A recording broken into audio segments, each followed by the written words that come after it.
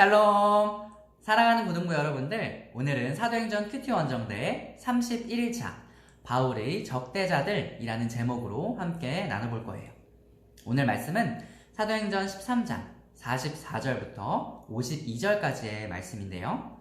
오늘 본문을 다 읽고 오셨을 거라고 생각하고 오늘 말씀 함께 나눠볼게요.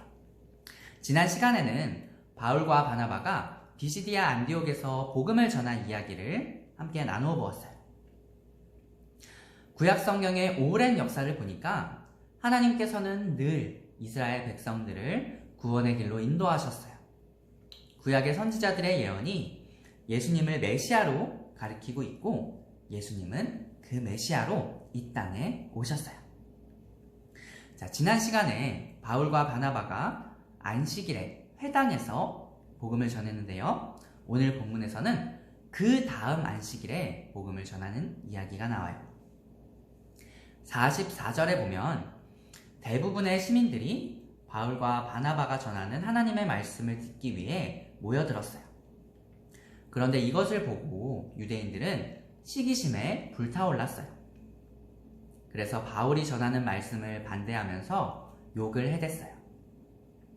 유대인들은 전하는 복음의 내용보다도 바울 일행이 얻은 성공에 더 많은 시기심을 보인 것 같아요. 그래서 46절에서 바울과 바나바가 담대히 선포했어요. 하나님의 말씀을 마땅히 먼저 너희에게로 전할 것이로되 너희가 그것을 버리고 영생을 얻기에 합당하지 않은 자로 자처하기로 우리가 이방인에게로 향하노라 라고 말씀하고 있어요.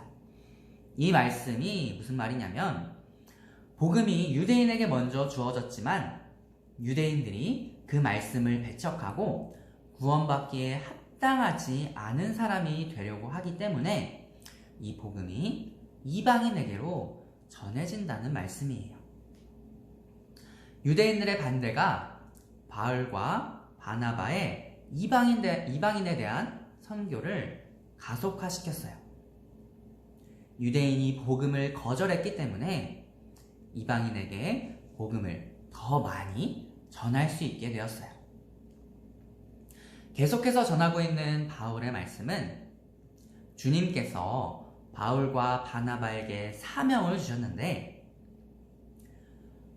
주님께서 그들을 이방의 빛으로 삼으셔서 그들을 통해 땅 끝까지 구원받게 하신다는 그런 사명이었어요.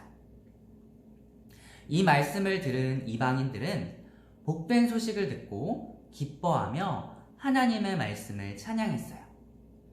구원받을 자들이 복음을 받아들였어요. 이렇게 해서 주님의 말씀이 온 지방에 퍼져나갔어요. 그런데 문제가 생겼어요.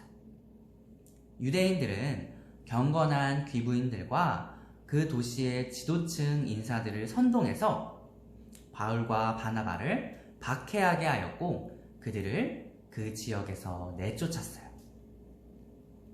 그래서 51절에서 바울과 바나바는 그들에게 발의 먼지를 떨어버리고 이고니온으로 갔어요. 발의 먼지를 떨어버린다는 말씀은 불순종과 불신앙으로 하나님의 말씀을 대적하는 사람이나 성읍을 하나님의 심판에 넘겨버리는 행위예요. 관계의 단절을 의미하고 복음 전도자의 책임이 이제는 더 이상 없다는 것을 의미해요.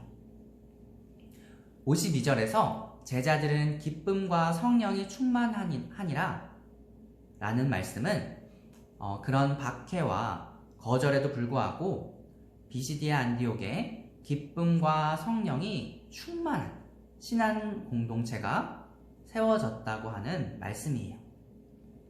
자, 오늘 본문을 간단히 나누어 보았는데요. 여기에서 주목할 점은 유대인들의 반대와 거절이 있었지만 복음 전파를 막을 수는 없었다는 거예요. 오히려 그것은 이방인 선교의 촉매제 역할을 했어요. 이것 또한 하나님의 섭리 가운데 있다는 것을 우리는 이 시간 깨닫게 돼요.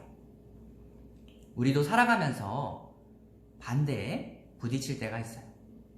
하나님께 기도하며 하나님의 뜻대로 살아가고 있다고 생각할 때에도, 그리고 복음을 전할 때에도 반대에 부딪힐 때가 있어요.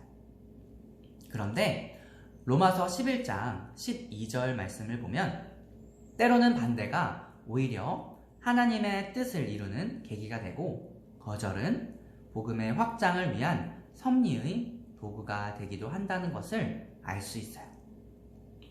그래서 우리는 반대를 만나면 새롭게 해석할 필요가 있어요. 반대에 낙심하지 말고 하나님의 일에 바르게 힘쓰고, 그리고 하나님의 일에 우리가 쓰임받을 수 있기를 확신하며 감사하는 여러분이 되기를 소망해요. 여러분은 오늘도 적용할 점을 댓글로 달아주세요. 그러면 여러분 오늘 행복한 그리고 승리하는 하루 되기를 바랄게요. 여러분 화이팅! 안녕!